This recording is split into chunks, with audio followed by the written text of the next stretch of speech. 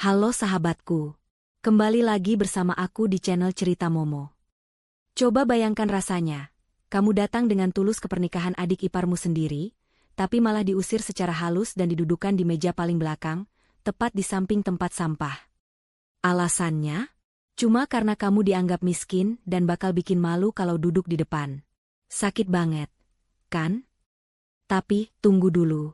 Roda nasib berputar sangat cepat hari ini. Ketika seorang tamu VVIP yang sangat dihormati si pengantin datang, dia justru melewati pelaminan dan langsung membungkuk hormat di depan wanita yang duduk di dekat sampah itu. Seketika, wajah sombong sang adik ipar berubah pucat pasi.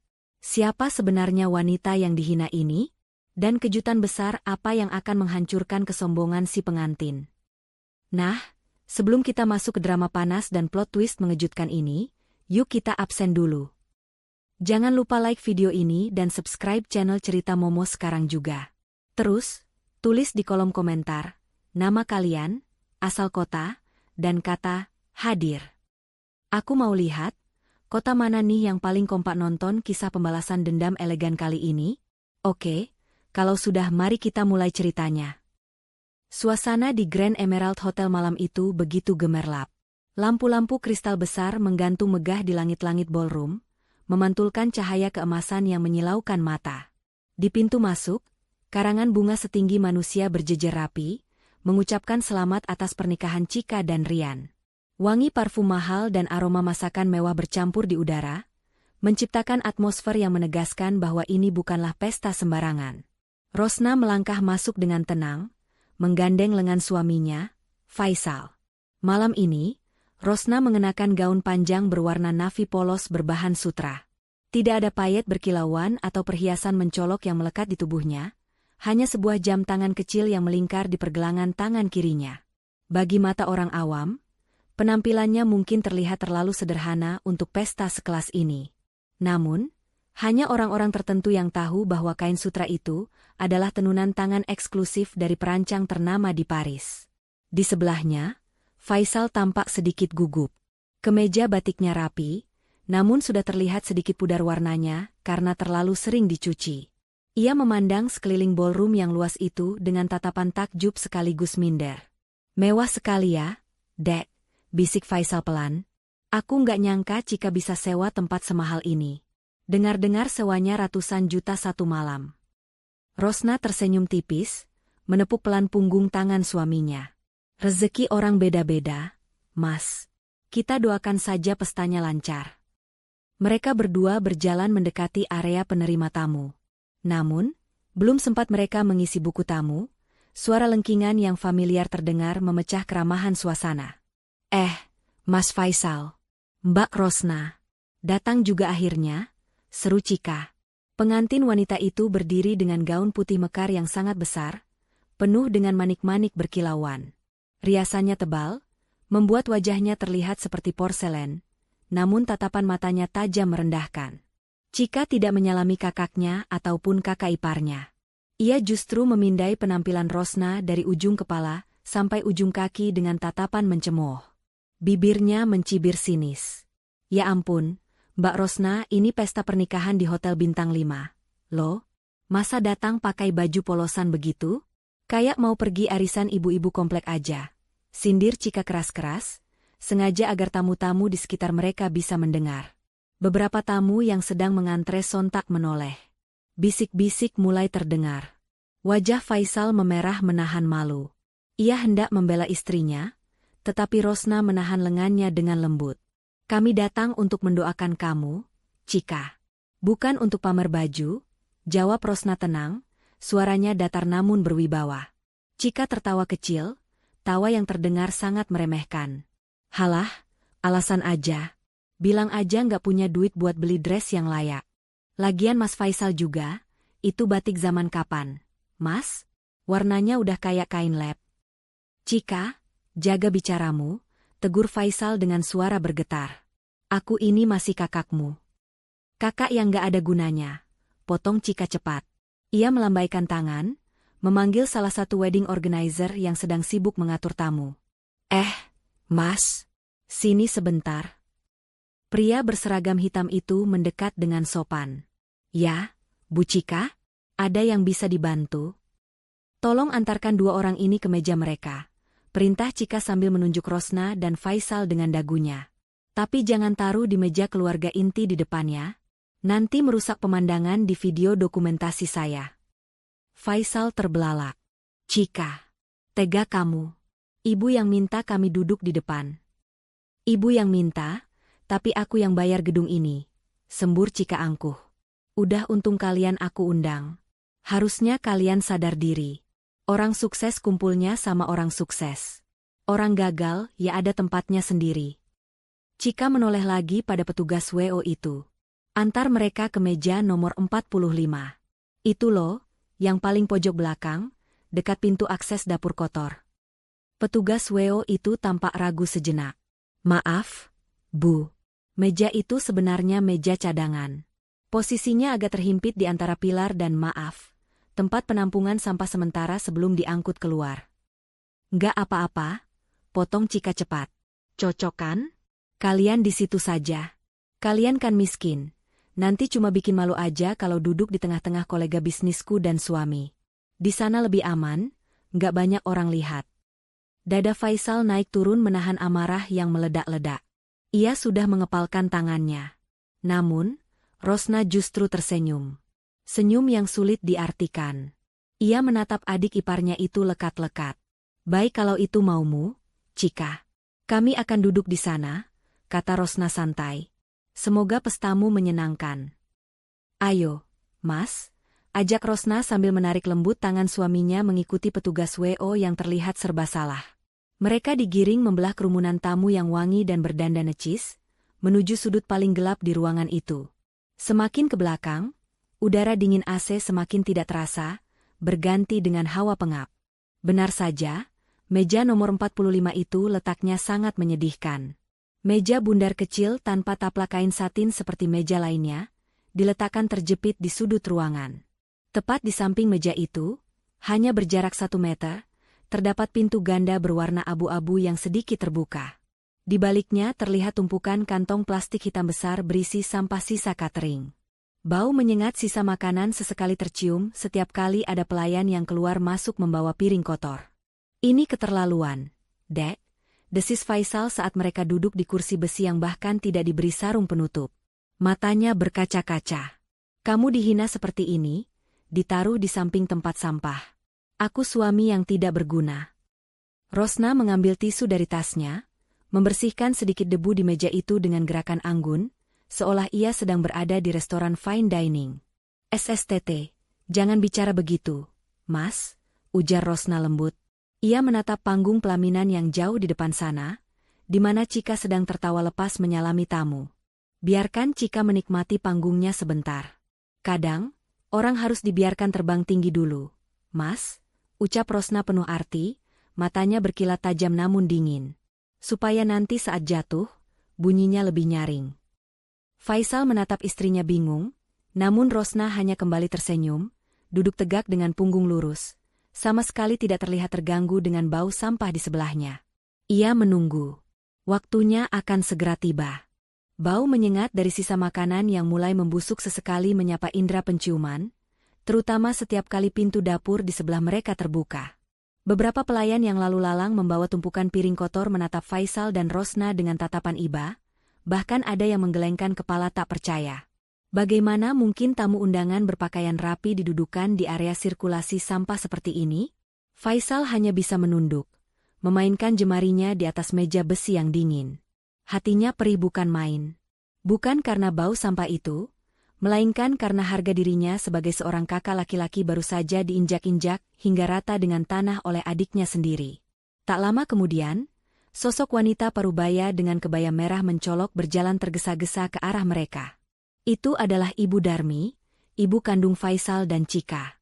Wajahnya dipoles bedak tebal, leher dan pergelangan tangannya dipenuhi perhiasan emas yang bergemerincing setiap kali ia bergerak. Bukannya memasang wajah prihatin melihat anak sulung dan menantunya terpojok di dekat tempat sampah, wajah Ibu Darmi justru terlihat masam dan kesal. Kenapa muka kalian ditekuk begitu? Semprot Ibu Darmi begitu sampai di depan meja mereka. Suaranya cukup keras, membuat beberapa pelayan yang lewat kaget.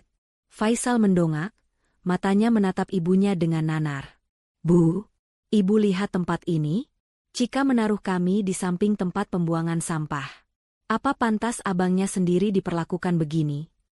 Ibu Darmi mendengus kasar, tangannya berkacak pinggang. Ya pantas-pantas saja. Kamu itu harusnya ngaca, Faisal. Lihat tamu-tamu Cika di depan sana. Semuanya orang berdasi, pengusaha, pejabat. Kalau kamu duduk di sana dengan baju lusuh begitu, apa nggak bikin malu adikmu? Nanti dikira Cika punya keluarga gembel. Tapi Bu, ini keterlaluan.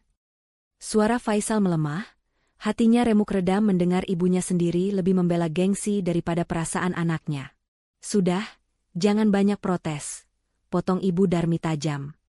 Terima nasib saja. Untung Cika masih mau undang kalian makan enak gratis di sini. Harusnya kalian bersyukur, bukan malah cemberut kayak orang susah. Bikin mood orang rusak saja. Pandangan Ibu Darmi kemudian beralih pada Rosna, yang sejak tadi diam mendengarkan. Tatapan mertua itu meneliti penampilan Rosna dengan jijik. Kamu juga, Rosna? Ibu kan sudah bilang berkali-kali, kalau datang ke acara keluarga itu dandan yang niat sedikit. Lihat Cika, cantiknya seperti ratu. Lah kamu, pakai baju biru polos begitu, kayak kain sisa jahitan. Nggak ada modelnya sama sekali. Bikin malu ibu saja punya mantu nggak bisa gaya. Rosna menatap ibu mertuanya dengan sorot mata tenang, nyaris tanpa emosi. Dalam hati, ia ingin sekali tertawa. Ibu Darmi yang gila hormat itu tidak tahu bahwa gaun, kain sisa jahitan, yang ia hina itu adalah karya desainer kelas dunia, yang harus dipesan 6 bulan sebelumnya. Serat sutranya ditenun khusus dan harganya bisa untuk membiayai pesta pernikahan Cika 2 kali lipat. Tapi Rosna memilih diam. Ia tidak butuh pengakuan dari orang yang matanya tertutup kesombongan. Maaf kalau penampilan saya mengecewakan ibu, jawab Rosna datar, suaranya tetap sopan namun terdengar dingin. Tapi bagi saya, kehormatan seseorang tidak terletak pada seberapa banyak emas yang menempel di lehernya, Bu. Melainkan pada bagaimana dia memanusiakan manusia lain. Wajah Ibu Darmi memerah menahan amarah. Ia merasa tersindir, meski Rosna tidak menyebut namanya. Halah, pintar sekali kamu bicara. Orang miskin memang bisanya cuma bicara soal harga diri karena nggak punya harta, cibir Ibu Darmi. Ia mengibaskan tangannya di depan wajah Rosna, seolah mengusir lalat. Sudahlah, malas ibu bicara sama kalian. Ingat ya, jangan coba-coba pindah ke depan atau jalan-jalan ke tengah ruangan. Tetap duduk di sini sampai acara selesai. Jangan sampai merusak pemandangan di foto-foto Cika. Setelah memuntahkan kata-kata pedas itu, Ibu Darmi membalikkan badan dan melenggang pergi kembali ke area VIP yang terang benderang, meninggalkan anak dan menantunya dalam keremangan sudut ruangan yang berbau tak sedap. Faisal menunduk dalam-dalam, setetes air mata jatuh ke celana bahannya. Bahunya berguncang pelan. Maafkan aku, Dek, maafkan aku. Karena aku miskin, kamu jadi ikut dihina sama ibu dan Cika. Rosna menggeser kursinya mendekat. Ia merangkul bahu suaminya yang rapuh itu. Mas, dengarkan aku, bisik Rosna tegas di telinga suaminya. Kemiskinan itu bukan aib. Yang aib itu adalah kekayaan yang dipakai untuk merendahkan orang lain. Dan satu hal lagi yang harus kamu tahu, Mas, roda kehidupan itu berputar. Malam ini, mereka sedang berada di atas dan tertawa. Tapi mereka lupa, siapa yang sebenarnya memegang kendali atas tanah yang mereka pijak ini. Faisal menatap istrinya, bingung dengan kalimat terakhir itu. Namun, sorot mata Rosna yang penuh keyakinan membuatnya sedikit tenang. Rosna mengambil gelas air mineral kemasan gelas plastik yang disediakan di meja itu, satu-satunya suguhan yang ada, lalu membukanya. Minumlah dulu, Mas. Tenangkan dirimu. Pertunjukan yang sesungguhnya belum dimulai. Lampu utama ballroom tiba-tiba meredup, digantikan oleh sorotan lampu sorot yang terpusat ke arah pelaminan megah di ujung ruangan. Musik orkestra yang tadinya mengalun lembut kini berubah menjadi nada fanfare yang megah dan menggelegar. Sang pembawa acara, dengan suara baritonnya yang mantap, meminta seluruh perhatian tamu undangan untuk tertuju pada pasangan pengantin yang sedang berbahagia malam itu. Di atas panggung yang didekorasi dengan ribuan bunga mawar impor itu, Cika dan Rian berdiri bak raja dan ratu sehari. Cika mengangkat dagunya tinggi-tinggi, menikmati setiap detak kekaguman yang terpancar dari wajah para tamu. Ia merasa inilah puncak kejayaannya. Ia merasa telah memenangkan segalanya. Setelah sesi potong kue bertingkat 7 yang menjulang tinggi, Cika meminta mikrofon dari pembawa acara. Ia ingin memberikan pidato, sesuatu yang sebenarnya tidak ada dalam susunan acara. Namun tidak ada yang berani melarang sang pengantin wanita yang sedang merasa di atas angin itu. "Selamat malam semuanya," sapa Cika dengan suara manja yang dibuat-buat. "Terima kasih sudah hadir di Grand Emerald Hall yang luar biasa ini. Kalian tahu kan, tidak sembarang orang bisa mengadakan pesta di sini. Antreannya bisa sampai 2 tahun. Loh, tapi, berkat koneksi saya dan kerja keras suami saya, kami bisa mendapatkan tempat spesial ini." Tepuk tangan riuh bergema memenuhi ruangan.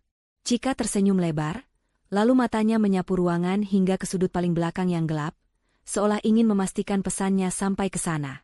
"Saya berdiri di sini ingin menyampaikan pesan penting, terutama untuk anak-anak muda," lanjut Cika, nadanya berubah sedikit serius namun penuh sindiran. "Hidup itu harus kerja keras. Jangan malas. Jangan cuma bisanya bergantung sama orang tua, atau mengharapkan belas kasihan saudara. Di dunia ini, yang dihargai adalah mereka yang sukses dan punya uang, bukan mereka yang cuma bisa pasrah dengan nasib." Rian, yang berdiri di sebelahnya sambil memegang gelas wine, mengangguk setuju. Ia mengambil alih mikrofon sebentar. "Betul kata istri saya. Kami bisa sukses begini karena kami cerdas memilih jalan hidup. Kami tidak mau seperti, adalah beberapa orang yang hidupnya jalan di tempat. Umur sudah tua tapi pencapaian nol besar. Maaf-maaf saja ya, di keluarga kami sangat selektif. Kami hanya bergaul dengan pemenang, bukan pecundang." Gelak tawa kecil terdengar dari beberapa tamu di meja depan yang merasa satu level dengan pengantin. Mereka mengangguk-angguk, membenarkan ucapan sombong itu tanpa tahu siapa sebenarnya yang disindir. Di sudut belakang, di samping tumpukan kantong sampah, Faisal meremas lututnya kuat-kuat.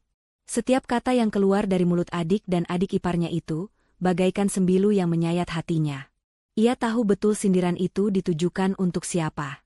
Ia tahu Cika sedang menelanjanginya di depan umum tanpa menyebut nama. "Mereka bicara soal kita, Dek," lirih Faisal, suaranya serak menahan tangis. "Mereka bilang aku pecundang." Rosna tidak menjawab. Ia hanya menatap lurus ke arah panggung dengan ekspresi yang sulit ditebak. Namun, di balik ketenangannya, ia mencatat setiap kalimat itu baik-baik di dalam ingatannya. Cika kembali berbicara, kali ini suaranya lebih lantang. "Oh ya, satu hal lagi yang bikin saya bangga banget malam ini. Kalian tahu kenapa kami bisa dapat slot di Grand Emerald ini dengan mudah? Itu karena saya adalah karyawan kesayangan Pak Aji, General Manager di grup perusahaan ini. Beliau sangat menghargai potensi saya. Beda ya, kalau orang punya value, pasti dihargai oleh atasan." "Dan dengar-dengar," sambung Cika dengan mata berbinar, "Pak Aji bakal datang sebentar lagi khusus untuk memberi selamat ke saya. Bayangkan, seorang Pak Aji yang super sibuk itu meluangkan waktu buat saya. Itu bukti kalau saya bukan orang sembarangan." Tepuk tangan kembali membahana. Para tamu berdecak kagum, membicarakan betapa hebatnya koneksi yang dimiliki Cika. Mendapat atensi dari petinggi Grand Emerald bukanlah hal yang mudah. "Hebat ya Cika," puji seorang tamu di meja sebelah yang terdengar samar-samar sampai ke belakang. "Pantesan sombong, emang punya backing kuat ternyata." Di pojok yang suram, Rosna tersenyum miring saat mendengar nama Pak Aji disebut-sebut dengan begitu bangganya oleh Cika. Ia mengambil ponselnya dari dalam tas kecil, lalu mengetikkan sebuah pesan singkat. "Aji, kamu di mana? Acaranya sudah mulai. Jangan sampai terlambat. Saya ingin lihat seberapa bangganya karyawan, kesayanganmu, itu." Hanya hitungan detik, balasan masuk ke ponsel Rosna. "Siap, Bu. Saya sudah di lobi. Saya akan segera masuk." Rosna menutup ponselnya dan meletakkannya kembali ke meja dengan tenang. Ia menoleh pada Faisal yang masih menunduk sedih. "Angkat kepalamu, Mas," ucap Rosna pelan namun penuh tenaga. "Jangan menunduk. Kamu bukan pecundang. Sebentar lagi, mereka akan belajar arti kata value yang sesungguhnya." Faisal menatap istrinya heran. Maksud kamu apa, Dek? Belum sempat Rosna menjawab, tiba-tiba suasana di pintu masuk ballroom berubah riuh. Beberapa petugas keamanan terlihat sibuk membukakan jalan. Dari layar besar di samping panggung, terlihat sebuah mobil sedan hitam mewah berhenti tepat di depan lobi utama. Plat nomornya khusus, menandakan pemiliknya bukan orang biasa. Cika di atas panggung langsung histeris kegirangan. Ia menyenggol lengan Rian dengan antusias. Itu pasti Pak Aji. Itu mobilnya. Lihat, Mas. Dia beneran datang. Seluruh mata tamu undangan kini beralih dari panggung ke arah pintu masuk utama. Keheningan menyelimuti ruangan, berganti dengan rasa penasaran yang membuncah. Siapa sebenarnya sosok Pak Aji yang dibangga-banggakan itu? Dan apa yang akan terjadi selanjutnya? Rosna, dari tempat duduknya yang bau sampah, hanya menyandarkan punggungnya santai ke sandaran kursi besi yang keras. Pertunjukan yang ia nantikan akhirnya dimulai. Pintu ganda setinggi 4 meter yang berlapis ukiran emas di pintu masuk utama ballroom perlahan terbuka lebar. Suara dengung percakapan para tamu seketika meredup, tergantikan oleh keheningan penuh antisipasi. Semua leher memanjang, berusaha melihat siapa sosok penting yang kedatangannya, sampai membuat pengantin wanita begitu heboh. Seorang pria paruh baya dengan postur tegap melangkah masuk. Ia mengenakan setelan jas abu-abu tua yang dipotong sempurna mengikuti bentuk tubuhnya, memancarkan aura wibawa yang sangat kuat. Rambutnya disisir rapi ke belakang dengan sedikit uban di bagian pelipis yang justru menambah harismanya. Di belakangnya, 2 orang asisten berjalan tegap dengan membawa map dan tablet, sigap mengikuti setiap langkah bos mereka. Itu adalah Pak Aji, sosok yang namanya disegani di dunia perhotelan dan properti kota ini. Kehadirannya di sebuah acara pernikahan bukanlah hal yang remeh. Biasanya, ia hanya menghadiri acara pejabat tinggi atau kolega bisnis kelas kakap. Melihat kedatangan Pak Aji, Cika yang masih berdiri di atas pelaminan langsung menyambar mikrofon dari tangan MC yang kebingungan. Wajahnya berseri-seri penuh kemenangan. Ia merasa seolah-olah seluruh lampu sorot di ruangan itu hanya menyinari dirinya seorang. Hadirin sekalian, seru Cika dengan suara melengking penuh kebanggaan. Tolong berikan tepuk tangan yang paling meriah untuk tamu kehormatan kita, Bapak Aji Santoso, General Manager Grand Emerald Group sekaligus mentor terbaik saya. Tepuk tangan membahana memenuhi ruangan. Para tamu undangan berbisik-bisik kagum. Mereka tidak menyangka koneksi Cika sekuat itu. Ibu Darmi yang duduk di kursi VIP barisan depan langsung membusungkan dadanya, tersenyum lebar ke arah tamu-tamu lain di sekitarnya, seolah ingin berkata, "Lihat, anak saya memang hebat, bukan?" Rian, sang pengantin pria, juga tak mau kalah. Ia segera merapikan dasinya, memastikan penampilannya sempurna, lalu menggandeng tangan Cika untuk turun dari panggung pelaminan. Mereka berdua berjalan dengan langkah terburu-buru namun tetap berusaha terlihat anggun, ingin segera menyambut sang tamu agung di karpet merah. "Lihat, Mas," bisik Cika pada Rian sambil menuruni anak tangga pelaminan. "Pak Aji datang bawa asisten segala. Pasti dia mau kasih kado spesial atau malah promosi jabatan buat aku di depan semua orang. Kamu siap-siap ya, kita harus kelihatan akrab banget sama dia." Sementara itu, di sudut belakang yang suram dan berbau tak sedap, reaksi yang sangat berbeda terjadi. Faisal yang melihat sosok Pak Aji dari kejauhan merasa semakin kerdil. Tubuhnya menyusut di kursi besinya. Ia bahkan mencoba menggeser duduknya agar terhalang oleh pilar beton, takut keberadaannya yang kumuh akan terlihat oleh orang sepenting Pak Aji. "Dek?" bisik Faisal gemetar sambil menyenggol lengan Rosna pelan. "Itu Pak Aji beneran datang. Orang besar, Dek." Aura pejabatnya kerasa sampai sini. Faisal menelan ludah, matanya melirik cemas ke arah tumpukan sampah di sebelah mereka. Aduh, gawat kalau dia sampai lihat ke arah sini. Nanti dia jijik lihat ada tamu duduk di sebelah tempat sampah begini. Kita bisa diusir, Dek. Mending kita pulang saja yuk sekarang, lewat pintu dapur itu. Rosna menahan tangan suaminya yang hendak beranjak. Genggamannya hangat namun kuat, menyalurkan ketenangan yang anehnya membuat kepanikan Faisal sedikit mereda. Rosna tidak terlihat takut ataupun minder. Ia justru menatap sosok Pak Aji dengan pandangan menilai, seperti seorang guru yang sedang mengawasi muridnya masuk ke kelas. Jangan kemana-mana, Mas, ucap Rosna tenang. Ia mengambil selembar tisu dan membersihkan sudut bibir Faisal dengan lembut. Duduk yang tegak. Rapikan kerah bajumu. Ingat kata-kataku tadi, kita bukan pecundang. Justru Pak Aji itu datang bukan untuk Cika. Ah, kamu ini ngelantur, Dek. Jelas-jelas Cika bilang itu bosnya. Bantah Faisal pelan, meski ia menurut untuk tetap duduk. Di tengah ruangan, Pak Aji terus melangkah masuk. Wajahnya tidak dihiasi senyum ramah tamah layaknya tamu undangan biasa. Ekspresinya datar, serius, dan matanya yang tajam bergerak cepat menyisir setiap sudut ballroom yang luas itu. Ia tidak tampak menikmati dekorasi mewah, ataupun musik yang megah. Ia tampak seperti seseorang yang sedang mencari sesuatu, atau seseorang yang sangat penting. Para pelayan hotel yang berpapasan dengan Pak Aji langsung berhenti bekerja, menepi, dan membungkuk hormat dengan sangat sopan. Bahkan ada yang terlihat ketakutan. Hal ini semakin menegaskan betapa tingginya posisi pria itu di gedung ini. Cika dan Rian yang sudah sampai di ujung karpet merah kini, berdiri dengan pose siap menyambut. Cika sudah merentangkan kedua tangannya sedikit, bersiap untuk adegan jabat tangan hangat, atau bahkan pelukan persahabatan yang akan diabadikan oleh fotografer sewaannya.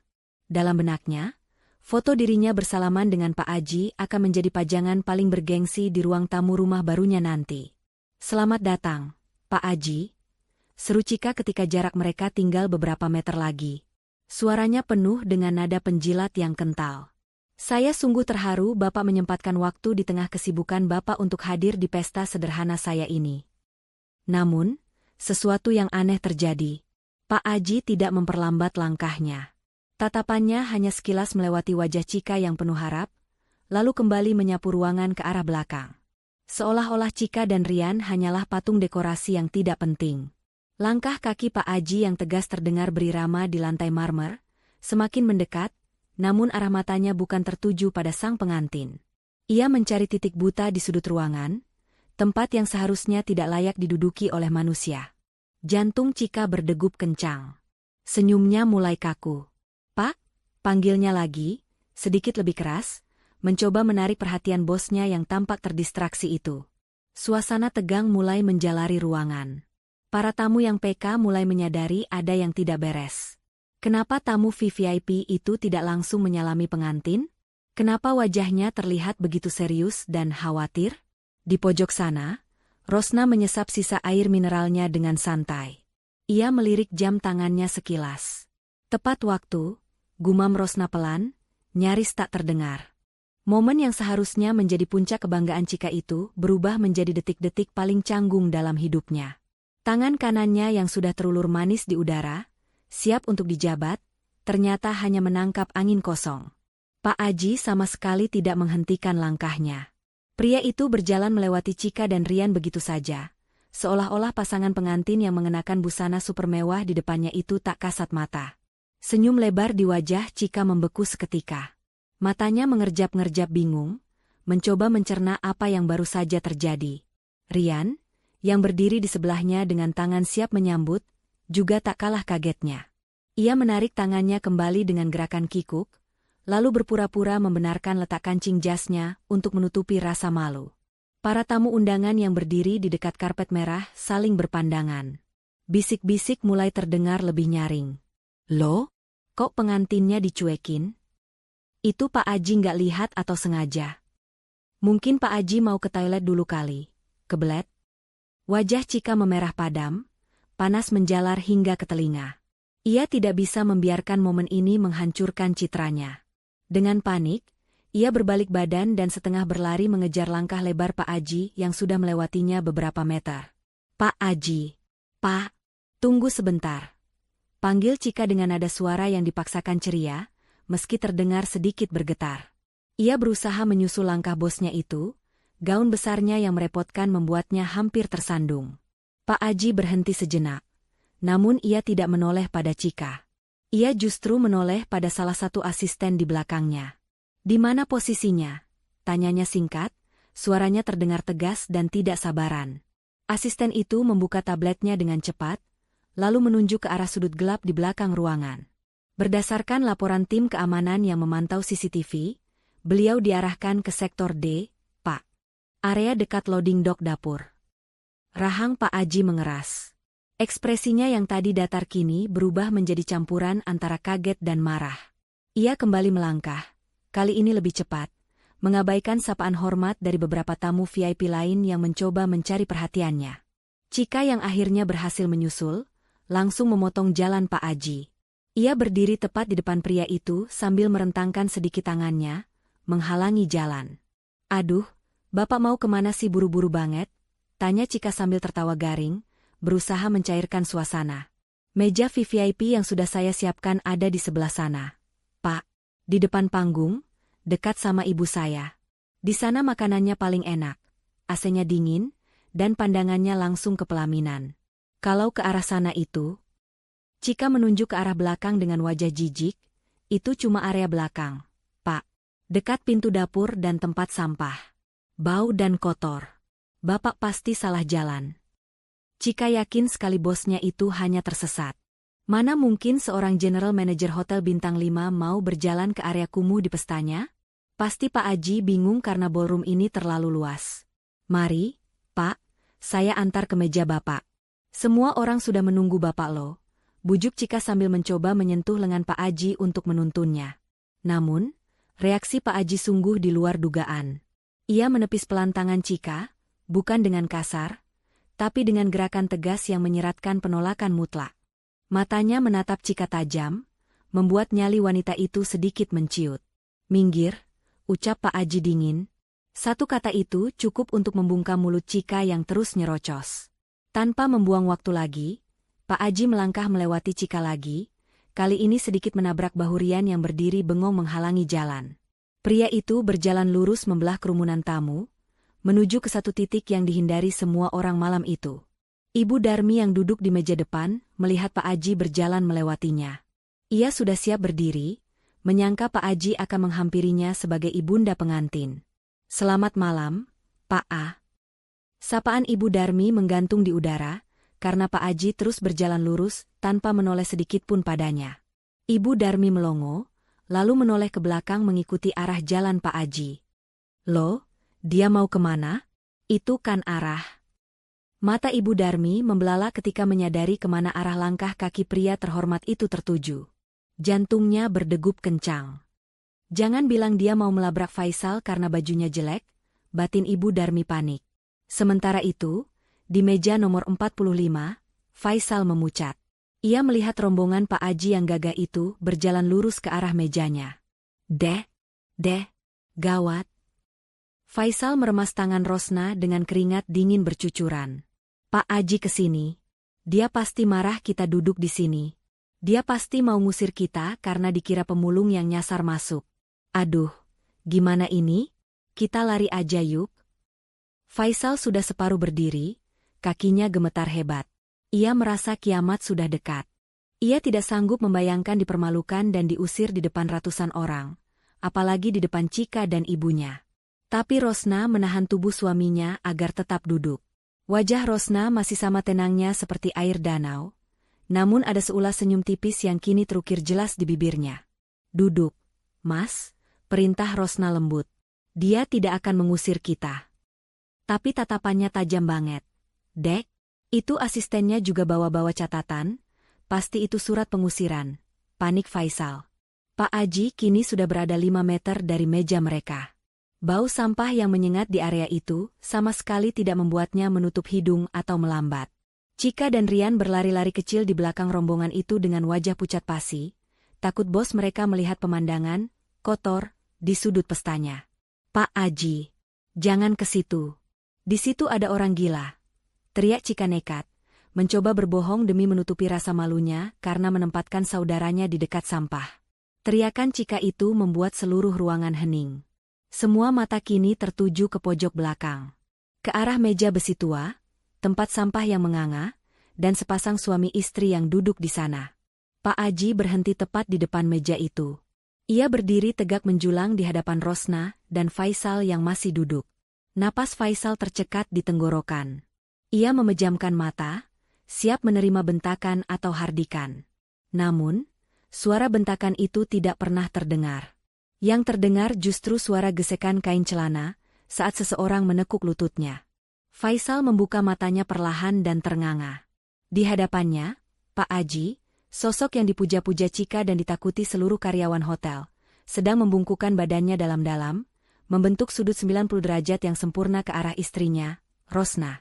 Waktu seakan berhenti berputar di dalam Grand Emerald Ballroom. Ratusan pasang mata menatap tak percaya pada pemandangan di sudut ruangan yang remang-remang itu. Musik orkestra yang megah perlahan memudar, digantikan oleh kesunyian yang mencekam. Hanya suara dengung pendingin ruangan dan detak jantung yang berpacu cepat yang mengisi keheningan. Pak Aji, pria yang baru saja dielu-elukan sebagai tamu paling terhormat, masih mempertahankan posisi membungkuknya di hadapan Rosna. Punggungnya lurus, kepalanya tertunduk dalam, sebuah gestur penghormatan yang biasanya hanya diberikan seorang abdi kepada rajanya. "Selamat malam, Bu Rosna," suara Pak Aji terdengar bergetar, memecah keheningan. Nada suaranya syarat dengan rasa bersalah dan penyesalan yang mendalam. "Mohon ampun, saya sungguh tidak tahu Ibu akan hadir malam ini. Seharusnya saya menyambut Ibu di lobi utama sejak tadi." Faisal yang duduk di sebelah Rosna melongo. Mulutnya terbuka lebar, matanya membulat sempurna. Ia menatap Pak Aji, lalu menatap istrinya, lalu kembali menatap Pak Aji. Otaknya yang sederhana kesulitan memproses situasi ini. Kenapa bos besar ini memanggil istrinya dengan sebutan Bu, yang begitu takzim? Dan kenapa dia minta ampun?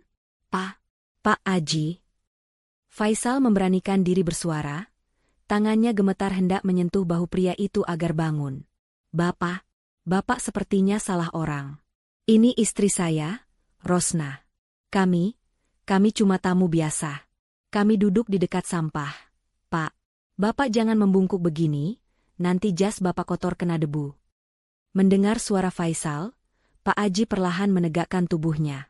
Namun, ia tidak menatap Faisal dengan pandangan meremehkan seperti yang dilakukan Cika. Justru, Pak Aji menatap Faisal dengan sorot mata penuh hormat, lalu mengangguk sopan. "Saya tahu betul siapa yang ada di hadapan saya, Pak Faisal," jawab Pak Aji tegas namun santun. Kemudian ia kembali menatap Rosna yang masih duduk tenang dengan kaki menyilang anggun. "Bu Rosna, apakah Ibu baik-baik saja?" Rosna tersenyum tipis, sangat tipis. Ia tidak tampak kaget ataupun canggung menerima penghormatan setinggi itu. Seolah-olah, ia memang sudah terbiasa diperlakukan layaknya ratu. "Saya baik-baik saja, Aji. Hanya sedikit terganggu dengan aroma di sini," jawab Rosna pelan. Matanya melirik tumpukan kantong plastik hitam di sebelahnya. "Tapi sepertinya adik ipar saya berpikir tempat ini yang paling pantas untuk saya." Wajah Pak Aji seketika berubah merah padam. Urat-urat di lehernya menegang. Ia baru menyadari sepenuhnya di mana bos besarnya itu didudukan. Bau busuk sisa makanan, lantai yang agak lengket, dan letaknya yang tersembunyi di balik pilar. Ini bukan sekadar penghinaan. Ini adalah penistaan bagi sosok yang memegang kekuasaan tertinggi di grup perusahaan tempatnya bekerja.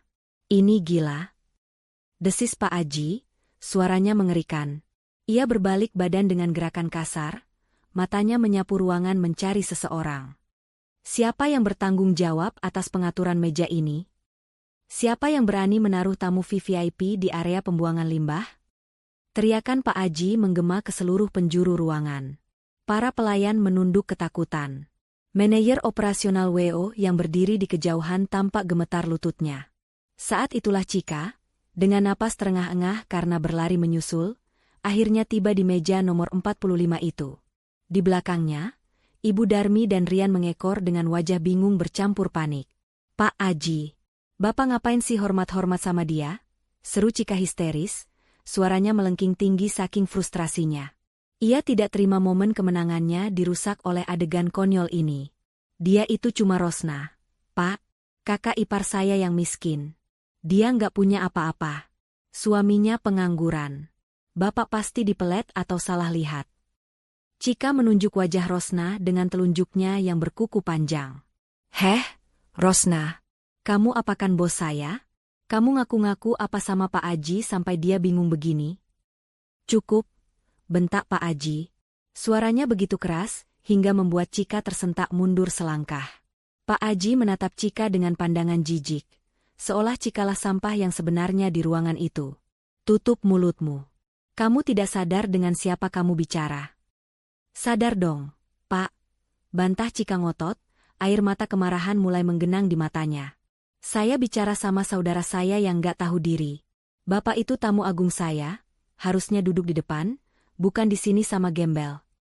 Ibu Darmi ikut maju, mencoba menengahi namun dengan membela anaknya. Iya Pak Aji, benar kata Cika. Mungkin Bapak kasihan lihat mereka duduk di sini, tapi itu memang tempat yang cocok buat mereka. Mereka nggak level sama Bapak. Ayo Pak, kita pindah ke depan saja. Jangan bikin keributan di sini, malu dilihat orang. Mendengar ucapan Ibu Darmi, Rosna perlahan berdiri dari kursinya. Bunyi gesekan kaki kursi besi dengan lantai terdengar nyaring di tengah keheningan. Rosna berdiri tegak. Tingginya memang tidak seberapa, tapi aura yang memancar darinya saat itu membuat siapapun yang melihatnya merasa segan. Rosna menatap mertuanya, lalu beralih ke Cika. Tatapannya dingin menusuk tulang. Kalian bilang saya gembel? Kalian bilang saya tidak level duduk di depan? Tanya Rosna pelan, tapi intonasinya begitu tajam. Cika mendengus. Ya emang fakta. Lihat bajumu, lihat suamimu. Kalau bukan karena belas kasihan aku, kalian gak bakal bisa masuk gedung mewah ini. Pak Aji tertawa. Tawa yang kering dan penuh sarkasme. Ia menggelengkan kepalanya tak percaya. Gedung mewah ini? Ulang Pak Aji sambil menatap Cika tajam. Kamu pikir gedung ini bisa berdiri karena siapa? Kamu pikir kamu bisa kerja di perusahaan ini karena siapa? Cika mengerutkan kening, bingung dengan arah pembicaraan bosnya. Maksud Bapak apa? Ya karena investor lah, karena pemilik saham. Dan kamu tahu siapa pemilik saham terbesarnya? Potong Pak Aji cepat. Jantung semua orang berdegup kencang menunggu kelanjutan kalimat itu. Cika terdiam, firasat buruk mulai merayapi tengkuknya. Rian di sebelahnya sudah mulai berkeringat dingin, insting bisnisnya mencium bahaya besar.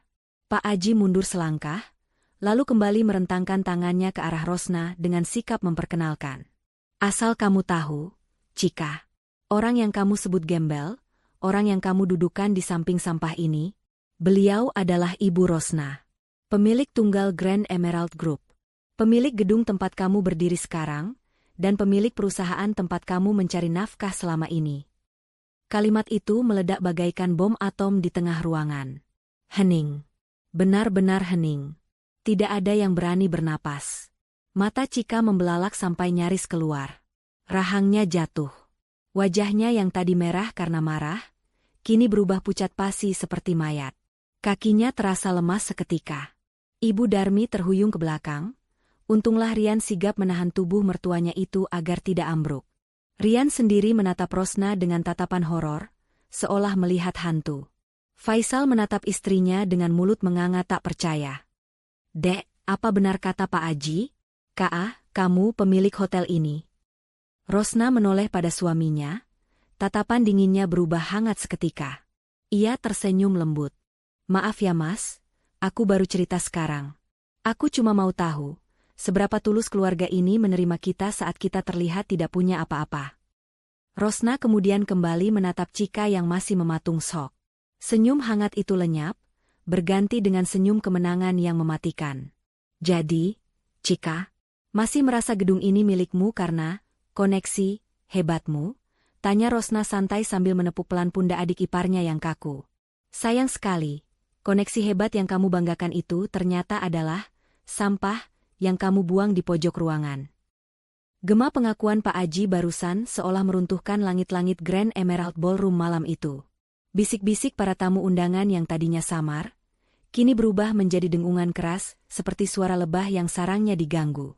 Ratusan kamera ponsel yang tadinya merekam keindahan pelaminan, kini serentak berbalik arah, menyorot ke sudut remang-remang di meja nomor 45. Momen dramatis itu terekam jelas dan mulai menyebar di media sosial secara real-time. Bohong. Ini pasti bohong. Jerit Cika histeris, memecah keriuhan itu. Tangannya gemetar menunjuk wajah Rosna. Bapak pasti bercanda, kan? Atau perempuan licik ini membayar Bapak untuk bikin drama biar pestaku hancur? Iya kan? Cika tertawa sumbang, matanya liar mencari dukungan. Dengar semuanya. Jangan percaya. Rosna ini cuma ibu rumah tangga biasa. Kerjanya di rumah, nggak pernah ke kantor. Suaminya saja serabutan. Mana mungkin dia punya hotel semewah ini? Ini lelucon paling gila yang pernah aku dengar. Pak Aji menatap Cika dengan pandangan iba bercampur marah. Ia memberi isyarat tangan kepada salah satu asistennya. Asisten itu dengan sigap menyerahkan sebuah map tebal berwarna biru tua yang selalu dibawanya. "Kamu butuh bukti, Cika?" tanya Pak Aji dingin.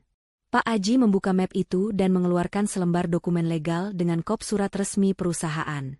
Ia mengangkatnya tinggi-tinggi, lalu menyodorkannya tepat di depan wajah Rian, suami Cika, yang sedari tadi dia mematung karena ketakutan. "Rian, kamu lulusan hukum bisnis, kan? Coba kamu baca ini.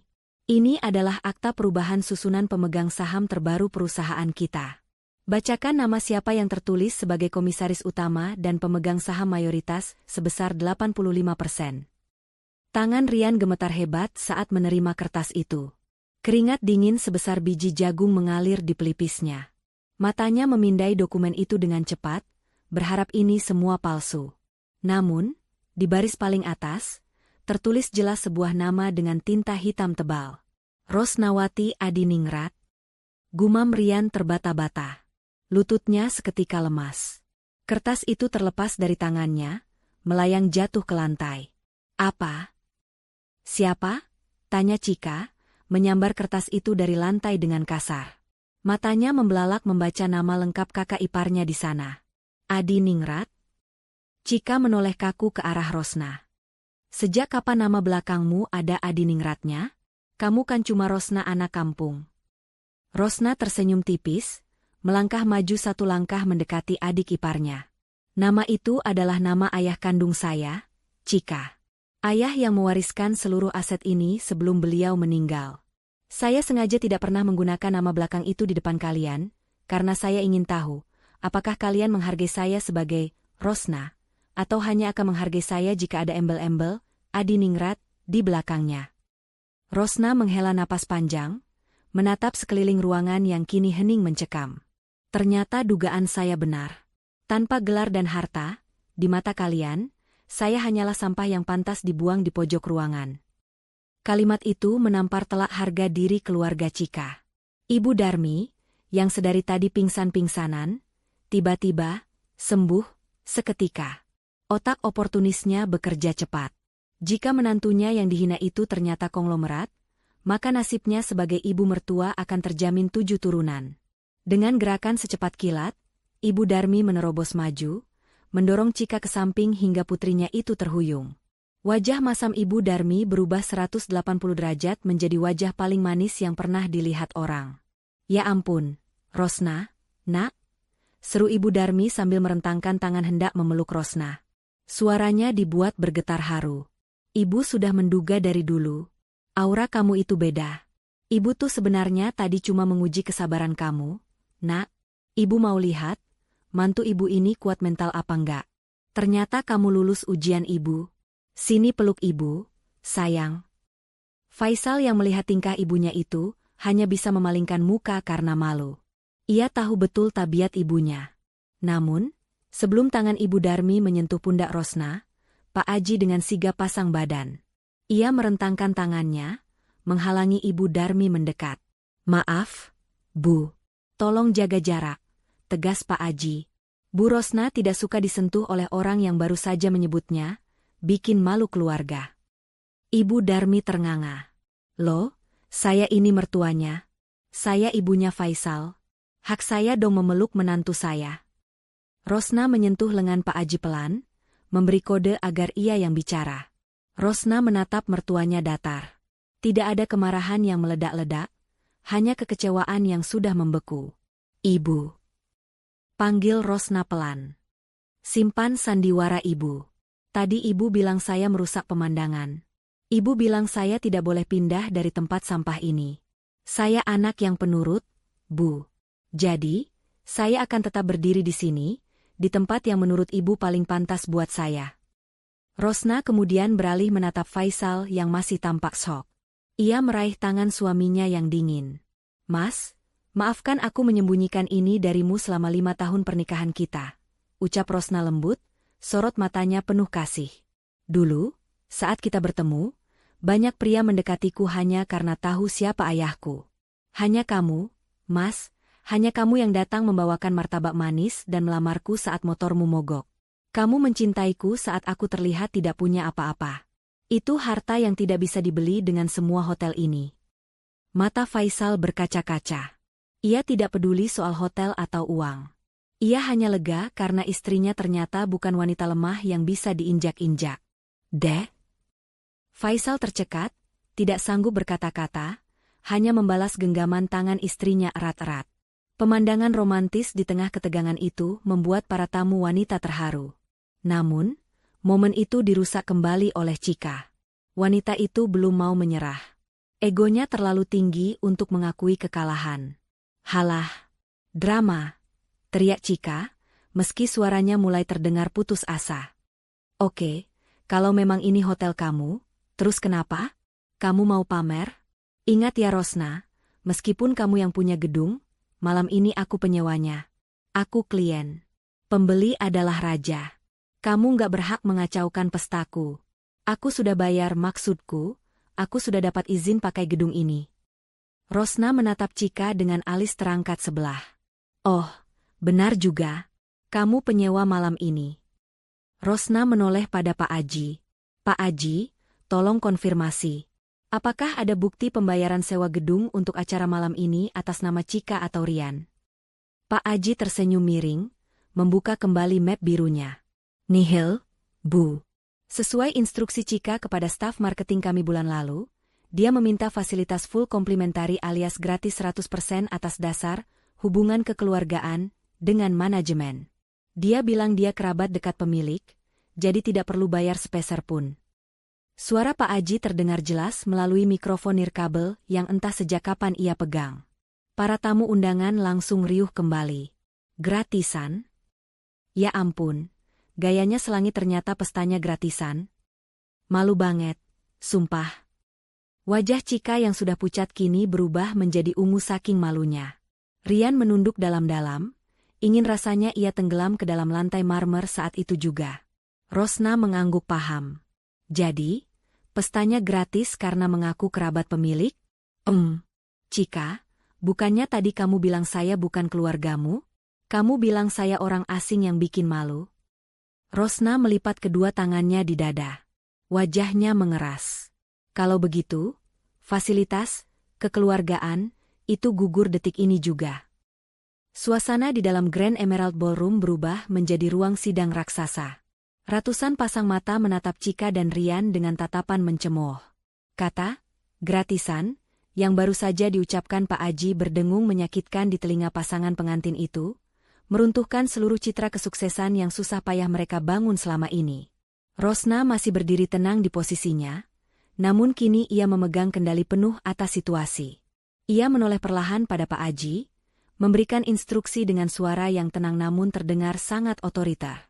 Pak Aji, panggil Rosna. Karena Chika sendiri yang menegaskan di depan ratusan saksi bahwa saya dan suami saya bukanlah keluarga yang layak duduk di meja kehormatan, maka saya menghormati keputusannya. Artinya, secara de facto, tidak ada hubungan keluarga yang bisa dijadikan dasar pemberian diskon atau fasilitas gratis malam ini. Betul sekali, Bu, jawab Pak Aji tegas, sambil mengeluarkan kalkulator digital dari saku jasnya. Rosna mengangguk. Kalau begitu, perlakukan acara ini sebagaimana mestinya acara komersial biasa. Cabut semua fasilitas gratisnya. Hitung ulang semua biaya sewa gedung Prime Hall, catering untuk 500 pax kelas VVIP, dekorasi fresh flower impor, sound system, dan biaya layanan lainnya dengan tarif normal. Tarif weekend. Siap, Bu. Pak Aji mengetuk-ngetuk layar kalkulatornya dengan cepat. Wajah Rian semakin pucat. Ia tahu betul berapa harga sewa normal ballroom termewah di kota ini. Hartanya tidak akan cukup untuk menutupi biaya mendadak itu. Tunggu. Tunggu dulu, teriak Chika panik. Ia berlari kecil mendekati Rosna, namun tertahan oleh dua petugas keamanan yang kini berdiri sigap melindungi Rosna. Mbak Rosna, Mbak nggak bisa gitu dong. Ini kan hari bahagiaku. Masa Mbak tega ngerusak pestaku cuma gara-gara masalah sepele kursi? Masalah sepele? Rosna tertawa kecil, tawa yang terdengar sangat miris. Cika, kamu menaruh kakak kandungmu sendiri di samping sampah. Kamu menghina suamiku di depan umum. Dan sekarang kamu bilang itu sepele. Rosna menatap tajam manik mata adik iparnya. Ini bukan soal kursi, Cika. Ini soal adab. Dan pelajaran tentang adab itu, harganya mahal. Pak Aji berdehem, memotong drama itu dengan sebuah angka. Mohon perhatian. Berdasarkan perhitungan tarif normal weekend dan tambahan biaya overtime kru yang sudah bekerja sejak pagi, total tagihan yang harus dibayarkan untuk acara malam ini adalah... Pak Aji mengangkat kalkulatornya agar bisa dilihat. 585 juta rupiah. Belum termasuk pajak dan servis 21%. Apa? Pekik Ibu Darmi, matanya melotot nyaris keluar. 500 miliar lebih? Kalian gila? Dari mana kami dapat uang sebanyak itu sekarang? Itu urusan kalian, jawab Pak Aji dingin.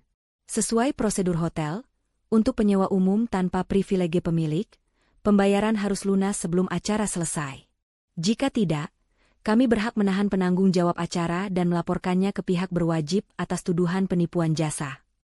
Rian seketika lemas dan jatuh terduduk di lantai. Kakinya tak kuat lagi menopang tubuhnya. 500 juta. Habis aku. Habis. Gumamnya putus asa. Cika yang melihat suaminya ambruk bukannya menolong, malah semakin histeris menyerang Rosna. Mbak Rosna jahat. Iblis. Mentang-mentang kaya sekarang mau nindas keluarga sendiri. Lihat Mas Rian sampai kayak gitu. Mbak mau bunuh dia? Faisal, yang sedari tadi diam, akhirnya melangkah maju. Ia berdiri tegap di depan istrinya, menjadi tameng bagi Rosna. Wajah Faisal yang biasanya lembut dan penuh kesabaran, kini memancarkan kemarahan yang tertahan. Cukup, Cika, bentak Faisal.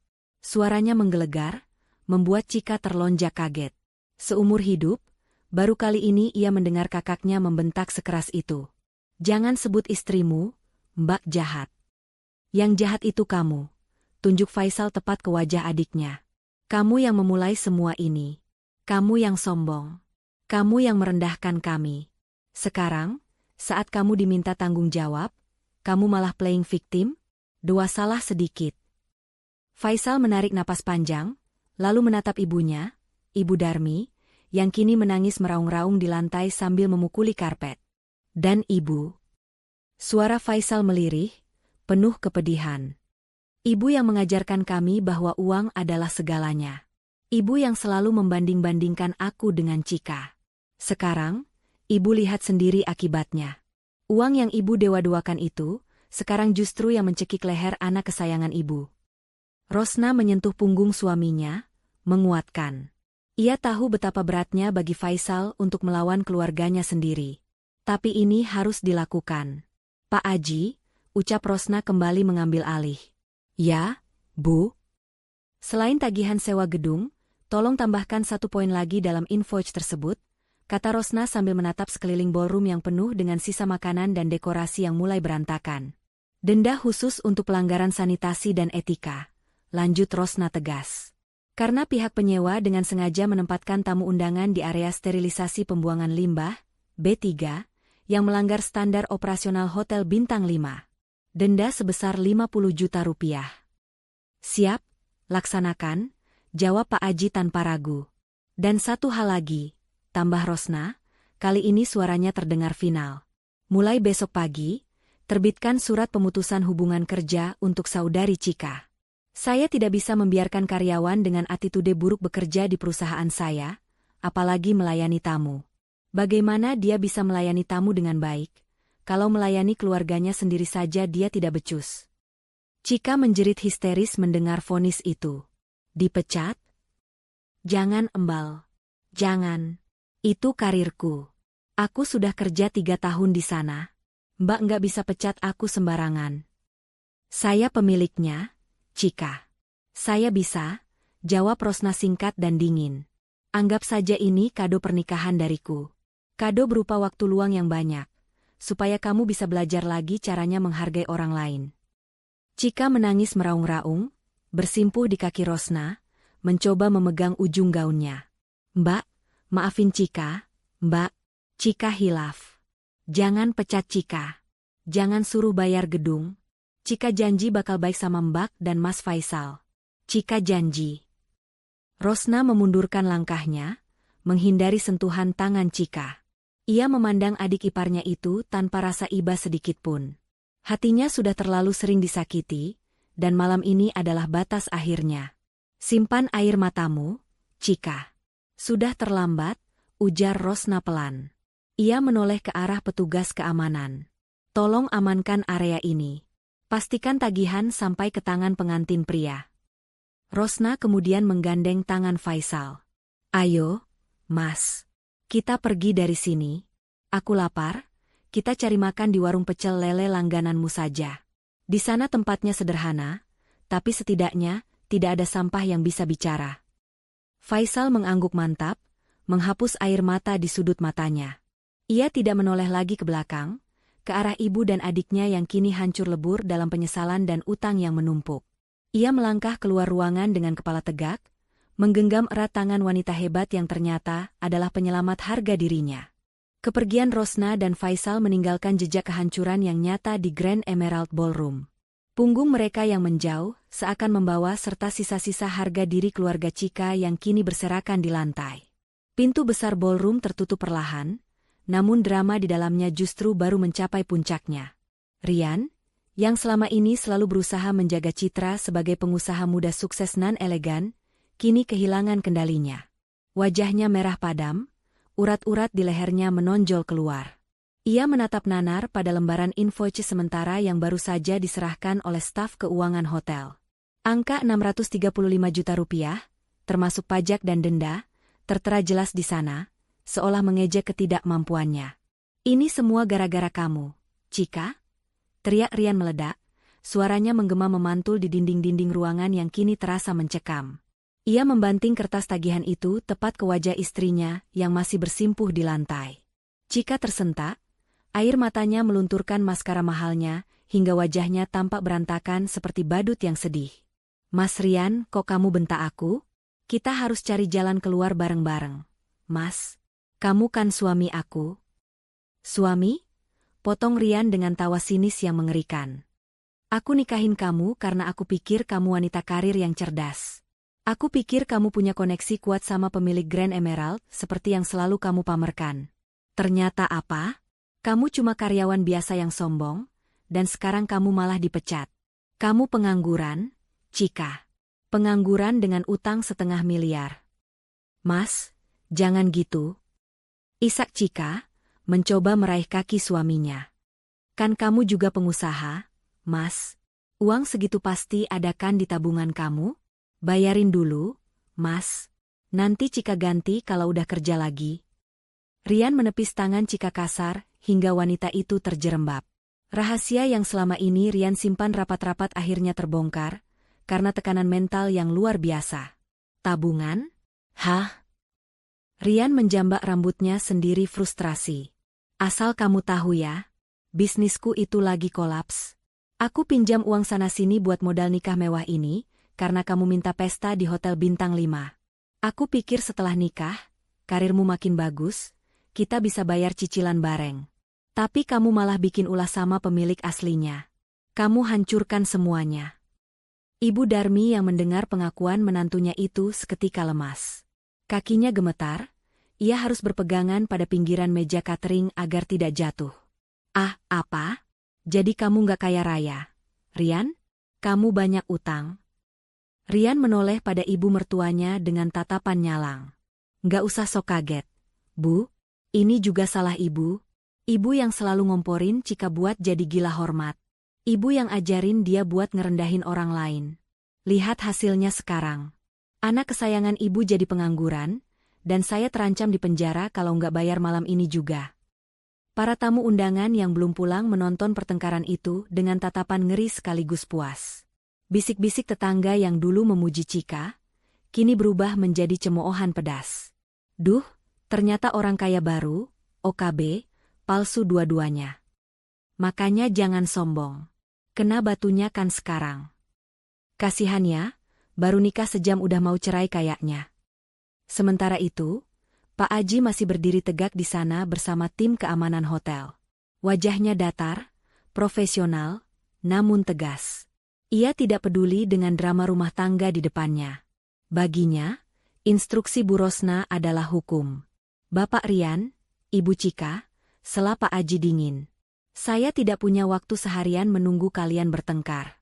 Silakan selesaikan pembayaran sekarang. Jika tidak, sesuai prosedur, kami akan menahan KTP dan aset kendaraan yang kalian bawa sebagai jaminan sementara, dan polisi akan segera kami hubungi untuk proses hukum. Jangan lapor polisi, Pak. Tolong, jerit Cika histeris. Ia merangkak mendekati Pak Aji. Saya mohon, Pak. Saya janji bakal bayar. Potong gaji saya, maksud saya pesangon saya. Ada kan pesangonnya? Pak Aji tersenyum tipis. Anda dipecat secara tidak hormat karena pelanggaran kode etik berat terhadap pemilik perusahaan. Tidak ada pesangon sepeser pun, Bu Cika. Silakan kemasi barang-barang Anda dari kantor besok, diawasi oleh security. Dunia Cika runtuh seketika. Benar-benar gelap. Di sisi lain kota, suasana yang sangat kontras terjadi di dalam sebuah mobil sedan hitam mewah yang melaju membelah jalanan malam. Di kursi penumpang belakang yang empuk dan harum aromaterapi lavender, Faisal duduk diam menatap istrinya. Rosna sedang sibuk membalas beberapa pesan di ponselnya, lalu meletakkannya kembali ke dalam tas.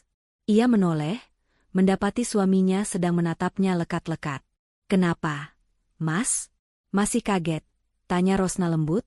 Senyum manisnya kembali seperti Rosna yang biasa, istri sederhana yang Faisal kenal. Faisal menghela napas panjang, lalu menggeleng pelan sambil tersenyum kagum. "Aku masih rasanya kayak mimpi, Dek. Ternyata wanita yang tiap pagi buatin aku kopi, yang sabar nemenin aku cari kerjaan, yang gak pernah ngeluh walau kita makan tahu tempe, ternyata pemilik separuh kota ini." Faisal meraih tangan Rosna, mengelus punggung tangan itu dengan jempolnya yang kasar. "Dek, kenapa kamu milih aku? Padahal kamu bisa dapat laki-laki yang jauh lebih hebat, lebih kaya, yang setara sama kamu. Bukan laki-laki yang cuma bisa diem saat istrinya dihina di samping tong sampah." Rosna mengubah posisi duduknya, menghadap sepenuhnya ke arah suaminya. Ia menatap mata Faisal dalam-dalam. "Mas, kamu ingat waktu ayahku sakit keras dulu? Waktu itu belum ada yang tahu siapa aku sebenarnya. Semua teman-teman sosialitaku menjauh karena aku sibuk merawat ayah dan gak sempat bergaul. Cuma kamu, Mas, cuma kamu tetangga baru yang rajin bawain bubur buat ayah, yang mau bantu angkat tabung oksigen tengah malam, padahal kamu sendiri baru pulang kerja capek." Mata Rosna berkaca-kaca mengingat masa lalu itu. Ayah pernah bilang sebelum meninggal, "Ros, cari suami itu bukan yang dompetnya tebal, tapi yang hatinya luas. Harta bisa dicari, tapi ketulusan itu langka." Dan malam ini, Mas, kamu membuktikan itu lagi. Saat semua orang menghina kita, kamu gak peduli sama dirimu sendiri. Kamu cuma peduli sama perasaanku. Kamu marah bukan karena gengsimu terluka, tapi karena istrimu disakiti. Itu lebih berharga dari semua hotel yang aku punya. Faisal terharu, setitik air mata lolos dari sudut matanya. Ia menarik Rosna ke dalam pelukannya. Pelukan hangat yang menenangkan, jauh lebih mewah dari ballroom hotel manapun. "Terima kasih, Dek. Terima kasih sudah percaya sama aku," bisik Faisal. Mobil mewah itu perlahan menepi dan berhenti. Bukan di restoran bintang 5, melainkan di depan sebuah warung tenda pecel lele pinggir jalan yang ramai asap pembakaran. Sopir pribadi Rosna, yang ternyata sudah disiapkan Pak Aji sejak tadi, turun dan membukakan pintu dengan hormat. "Sudah sampai, Bu Rosna, Pak Faisal," ucap sopir itu sopan. Rosna tersenyum lebar. "Yuk, Mas. Aku udah lapar banget. Tadi di gedung cuma nyium bau sampah. Sekarang aku mau nyium bau sambal terasi kesukaanmu." Faisal tertawa lepas. Beban di pundaknya seolah hilang tak berbekas. Ia turun dari mobil, menggandeng tangan istrinya dengan bangga. Di belakang mereka, Grand Emerald Hotel berdiri megah di kejauhan, menjadi saksi bisu karma yang sedang bekerja melumat kesombongan adik dan ibunya. Namun bagi Faisal dan Rosna, malam ini adalah awal baru yang sesungguhnya. Rosna melirik sekilas ke arah ponselnya yang bergetar lagi. Sebuah pesan masuk dari Pak Aji. Bu, Rian dan Cika sedang bertengkar hebat soal pembagian utang. Mobil Rian disita sebagai jaminan. Ibu Darmi pingsan, lagi, karena syok harus pulang naik taksi online. Instruksi selanjutnya? Rosna tersenyum miring, lalu mematikan ponselnya. Biarlah mereka menikmati hidangan, penyesalan, malam ini. Ia punya urusan yang lebih penting, makan malam romantis dengan lele goreng bersama suami tercinta. 6 bulan telah berlalu sejak malam, neraka, di Grand Emerald Ballroom itu. Waktu seakan berputar dengan cepat, membalikan nasib setiap orang yang terlibat di dalamnya dengan cara yang sangat presisi. Pagi ini, sinar matahari menembus kaca jendela ruang kerja di lantai paling atas gedung Emerald Tower. Rosna duduk di kursi kebesarannya, menandatangani beberapa berkas persetujuan ekspansi hotel ke Bali.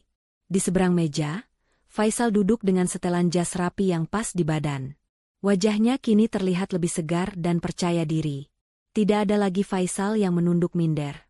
Selama setengah tahun ini, ia belajar keras mendampingi Rosna mengelola yayasan sosial milik perusahaan, posisi yang sangat cocok dengan hatinya yang lembut. Mas, nanti siang kita ada jadwal makan siang dengan investor dari Singapura ya, ujar Rosna sambil menutup map tebal di hadapannya. Faisal mengangguk tersenyum. Siap, Bu Bos. Tapi habis itu aku izin sebentar ya, mau mampir ke panti asuhan. Anak-anak di sana minta dibawakan buku cerita baru. Rosna menatap suaminya dengan bangga. Kekayaan tidak mengubah Faisal sedikit pun. Ia tetap sederhana, namun kini ia punya power untuk berbuat lebih banyak kebaikan. Tiba-tiba, interkom di meja Rosna berbunyi. Suara sekretarisnya terdengar ragu-ragu. Maaf mengganggu, Bu Rosna. Di lobi bawah, ada seorang wanita yang memaksa ingin bertemu ibu. Dia mengaku adik ipar ibu. Namanya Cika. Keadaannya agak berantakan, Bu. Security mau mengusirnya, tapi dia berteriak-teriak memanggil nama Pak Faisal. Rosna dan Faisal saling berpandangan. Faisal menghela napas panjang, lalu mengangguk pelan pada istrinya. Biarkan dia naik, tapi hanya 5 menit, perintah Rosna pada sekretarisnya. Tak lama kemudian, pintu ruangan terbuka. Sosok yang masuk sungguh membuat pangling. Cika yang 6 bulan lalu tampil bak ratu dengan gaun ratusan juta, kini terlihat kurus dan kusam. Wajahnya tanpa make-up, matanya cekung dengan lingkar hitam yang jelas. Pakaiannya kemeja kerja biasa yang terlihat lusuh. Begitu melihat Faisal dan Rosna, Cika langsung menghambur masuk dan berlutut di lantai karpet tebal ruangan itu. Mbak Rosna, Mas Faisal tolong Cika. Isaknya pilu. Suaranya serak. Bangun, Cika. Duduklah, kata Faisal tenang, namun tidak beranjak untuk membantunya berdiri. Ia sudah belajar menetapkan batasan. Cika duduk di kursi tamu dengan gemetar. Mas, Mbak tolong cabut blacklist nama Cika di asosiasi perhotelan. Cika nggak bisa dapat kerja di mana-mana, Mbak. Setiap Cika melamar, HRD perusahaan lain pasti tahu kalau Cika dipecat karena kasus etik di Emerald. Cika sekarang kerja serabutan cuci piring di warung makan, itu pun gajinya nggak cukup buat bayar kos dan cicilan utang sisa pesta kemarin. Cika menangis sesenggukan. Mas Rian sudah ceraikan Cika, Mbak. Dia kabur keluar kota ninggalin semua tagihan atas nama Cika. Ibu juga sekarang sakit-sakitan di kontrakan petak. Tiap hari nangisin nasib. Cika benar-benar hancur. Mbak, tolong kasih Cika kesempatan kerja lagi di sini. Jadi cleaning service juga Cika mau, Mbak. Asal bisa makan. Rosna menatap adik iparnya dengan tatapan datar. Rasa sakit hati di masa lalu memang sudah memudar, tapi ia adalah seorang pemimpin perusahaan yang harus tegas. Cika, suara Rosna terdengar berwibawa. Saya tidak pernah meminta perusahaan lain memblacklist kamu. Tapi di dunia profesional, reputasi itu dibangun dari perilaku. Apa yang kamu tanam kemarin, itulah buah pahit yang kamu panen hari ini. Rosna menyodorkan sebuah amplop coklat yang sudah disiapkan di laci mejanya. Seolah ia sudah menduga hari ini akan datang. Saya tidak bisa mempekerjakan kamu kembali di Emerald Group. Itu akan melanggar aturan perusahaan dan menyakiti hati karyawan lain yang dulu sering kamu rendahkan. Tapi, Rosna meletakkan amplop itu di meja. Di dalam sini ada uang tunai yang cukup untuk melunasi sisa utang catering dan biaya pengobatan ibu. Juga ada alamat sebuah ruko kecil milik kenalan saya di pinggiran kota yang butuh pengelola laundry. Kamu bisa mulai bekerja di sana mulai besok. Gajinya UMR, tidak besar, tapi cukup untuk hidup kalau kamu tidak sombong. Chika menatap amplop itu dengan mata terbelalak. Ia tidak menyangka masih akan diberi bantuan setelah semua penghinaan yang ia lakukan. Tangannya gemetar meraih amplop itu. Mbak Rosna serius? Mbak masih mau bantu Chika? Ini bukan karena saya kasihan padamu, jawab Rosna tegas. Ini karena Faisal. Suami yang kamu sebut tidak berguna itu, semalam tidak bisa tidur memikirkan ibunya yang sakit. Berterima kasihlah pada kakakmu. Chika menoleh pada Faisal. Tangisnya pecah semakin keras. Ia merangkak mendekati kaki kakaknya, mencium tangan Faisal berkali-kali. Maafin Chika, Mas. Maafin Chika. Chika adik durhaka. Chika nyesel, Mas. Faisal menarik tangannya pelan, lalu menepuk pundak adiknya. Sudahlah. Gunakan kesempatan ini buat berubah. Pulanglah, rawat ibu. Jangan ulangi kesalahan yang sama. Ingat, Chika, di atas langit masih ada langit. Dan di samping tong sampah pun, Tuhan bisa menaruh berlian. Chika mengangguk cepat, menghapus air matanya. Ia berdiri, membungkuk hormat sedalam-dalamnya pada Rosna dan Faisal, penghormatan yang tulus, bukan karena paksaan. Setelah Chika pergi, keheningan kembali mengisi ruangan itu. Namun kali ini, keheningan yang melegakan. Faisal berjalan menuju jendela besar, menatap pemandangan kota di bawah sana. Rosna menyusul, berdiri di sampingnya, menyandarkan kepala di bahu suaminya. Kamu terlalu baik, Mas, bisik Rosna. Bukan baik, Dek, jawab Faisal tersenyum, merangkul bahu istrinya. Aku cuma nggak mau jadi seperti mereka. Kalau kita membalas kejahatan dengan kejahatan, apa bedanya kita dengan mereka? Rosna tersenyum. Ia tahu ia tidak salah memilih pendamping hidup. Gedung pencakar langit ini, harta yang melimpah ini, hanyalah titipan. Tapi memiliki pendamping yang bisa menjaga hati agar tetap membumi saat sedang di puncak, itulah kekayaan yang sesungguhnya. Di bawah sana, Chika berjalan keluar dari gedung megah itu dengan langkah gontai namun lega. Ia menoleh sekali lagi ke puncak gedung, tempat kakak dan iparnya berada. Pelajaran hidup termahal telah ia bayar lunas dengan air mata dan penyesalan. Pesan moral. Jangan pernah menilai seseorang hanya dari penampilan luarnya, dan jangan pernah merendahkan orang lain seolah kita adalah yang paling hebat. Ingatlah, roda kehidupan selalu berputar. Tangan yang hari ini kita hina, mungkin adalah satu-satunya tangan yang akan menolong kita saat kita terjatuh di kemudian hari.